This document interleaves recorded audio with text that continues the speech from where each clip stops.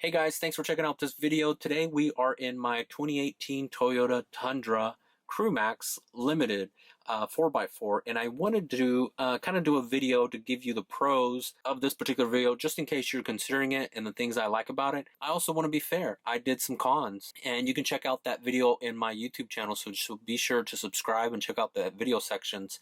I'm going to be doing a couple other videos. One, just comparing it to the F-150, why I purchased this over the F-150. Same with the Sierra Silverado, and same with the Ram. So just full disclosure, you'll be able to see those and, kind of get an idea of why I chose this particular truck.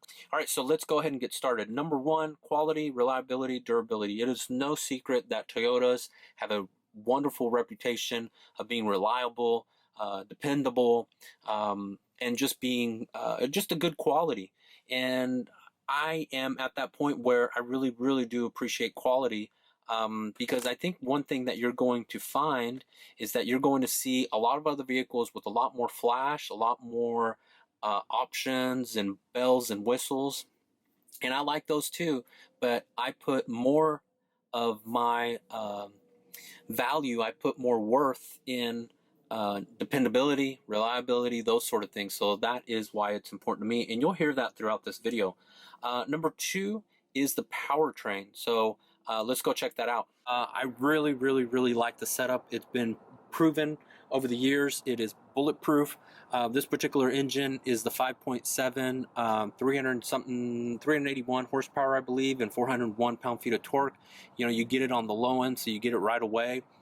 One of the things that I went and did was I talked to my mechanic, and I went over the different vehicles and the different engines. And when I talked to him about the 5.7, one of the words that stood out is bulletproof. He couldn't say enough good things about it, but he just described it as bulletproof. And it means a lot coming from him. The other thing that you'll notice is, yes, the Toyota does not update their engine, that 5.7. It has not updated the 5.7, but it's been proven it is a very, very reliable engine. If you notice, they use it in some of the other Toyota vehicles, and if you look at those, they have a reputation of just being super reliable. I mean, these are vehicles that you could go around the world with. I mean, that much confidence. I like it. And when I've towed my RV with it, man, it is phenomenal. All right, so number three would definitely be the roominess of the back seat of this crew cab. I mean, it is enormous. It is almost like stupid big, but I like it because I want to make sure that my passengers are comfortable. In this case, most of the time it's going to be my kids. I'll tell you, I just took this on a long trip this summer with the RV. So of course, we've got, the whole family in here. And normally when we'd take that trip in the RV in my other truck, which was a Silverado extended cab, man, the kids would be saying, are we there yet? Are we there yet? They're not comfortable. They need a stretch. They're growing. They need more space. And with this particular vehicle, they never said it once. And that speaks volumes. Guys, if you're driving, the last thing you want to hear is your kids screaming and being upset and all that stuff. So I'm telling you, this is phenomenal. And again, I'm about 6 feet, and you can see how much space there still is. So major props for the big back seat. All right, so number four would be the Toyota Safety Sense. Now, what that includes, and I'm going to be missing some, is like lane departure warning. It's got a radar, so it looks out for other vehicles and pedestrians, and it warns you if you're about to hit them. It helps you with the brake pedal, so that when you go to hit the brakes, it hits it much harder. It's got a camera up here that has the ability to, help you, again, view those things. So it's really complicated, but at the end of the day, it helps you and it helps keep you a little bit safer, which I appreciate. I really like how the radar uses that for the cruise control. When you're driving in a long road trip, you can really find that useful. And I like it when cars get in the highway and you're going on that cruise control, how this just adjusts to it. Normally, you'd have to tap the brake, take the cruise control off, reset it, get your distance, and then by that time you've got another entrance ramp. So with this particular one, it's able to stay back a little bit and do that for you. So that's really, really, really nice. So, but I'll tell you, the other one that I cannot say enough good things about are the high beams, the auto high beam, whatever you want to call it. And that is when you're going down the road, as I was this summer, you know, kind of in the backcountry in the middle of nowhere, if you have, you know, you want to turn your high beams on, but if you've got oncoming traffic, you know, you got to turn them off, turn them on, turn them off. You don't want to blind people.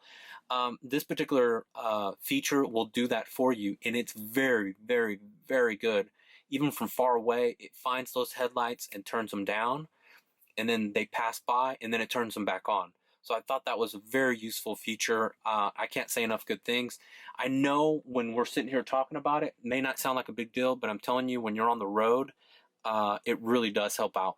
And it not only does it with oncoming traffic that's coming and has their lights shining at you, but it also works with their rear view lights, you know, their tail lights. So if you're going down the road and someone merges in front of you, it turns them off. And let's just say they turn off the road, it turns them right back on. I thought that was a neat feature, so I really like that. All right, so number 5, 38-gallon fuel tank. The reason I like that is because it is no secret that this truck gets very bad gas mileage. So that means you've got to pull over onto the gas station, refill if you're doing a big trip. If you've got a 38-gallon fuel tank, that really cuts down on those, extends your time on the road as opposed to being at the gas pump. With that being said, though, and you can look this up, when you go on empty, the truck really isn't empty per se. It's just telling you that it's empty so you can put some more fuel, because you can only put like 24, 26 gallons, 28. I don't know how many it is. It might be more. I haven't paid attention, but it's not the full 38 gallons. And it's something to do, or at least this is what I hear online.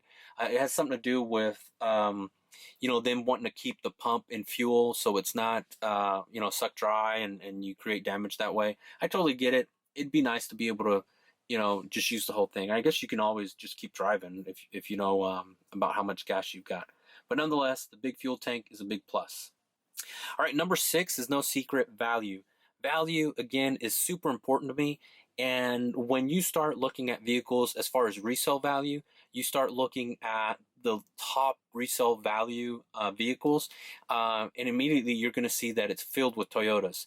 As of 2018 right now, one of the Jeeps, I don't know which particular one, is at the top of the list. I know the economy is good, people love the Jeeps, and they've got a high resale value. But generally, right behind it, if not number 1 most of the time, is the Toyota Tacoma, then the Toyota 4Runner, and then right behind that is the Toyota Tundra.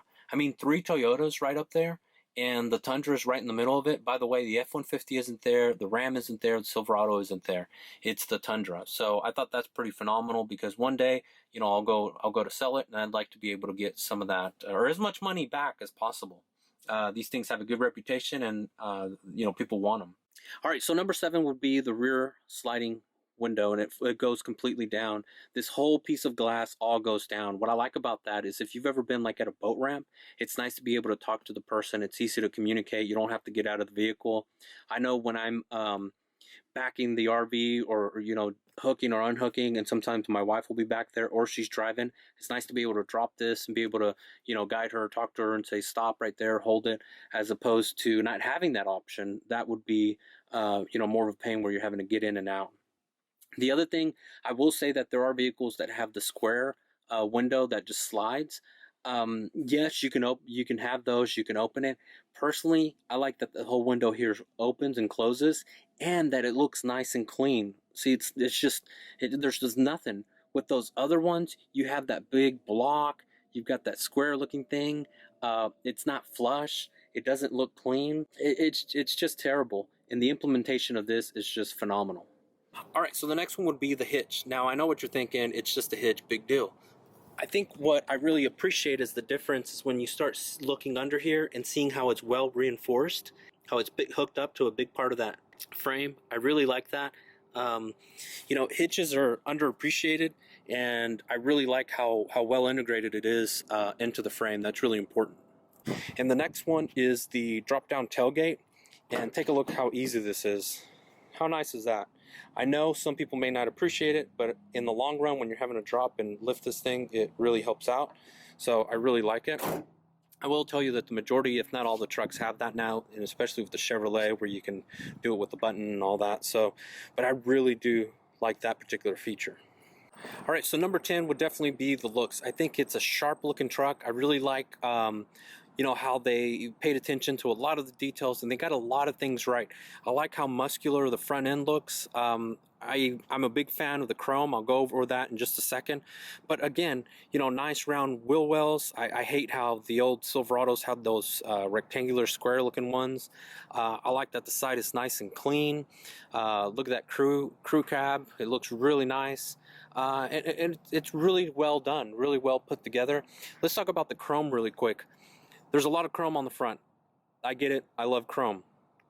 But the thing with chrome is you can't go overboard. And some of these manufacturers, especially in the 2000s, man, they went overboard with the chrome. They really overdid it. And I think ever since then, chrome's gotten a bad reputation.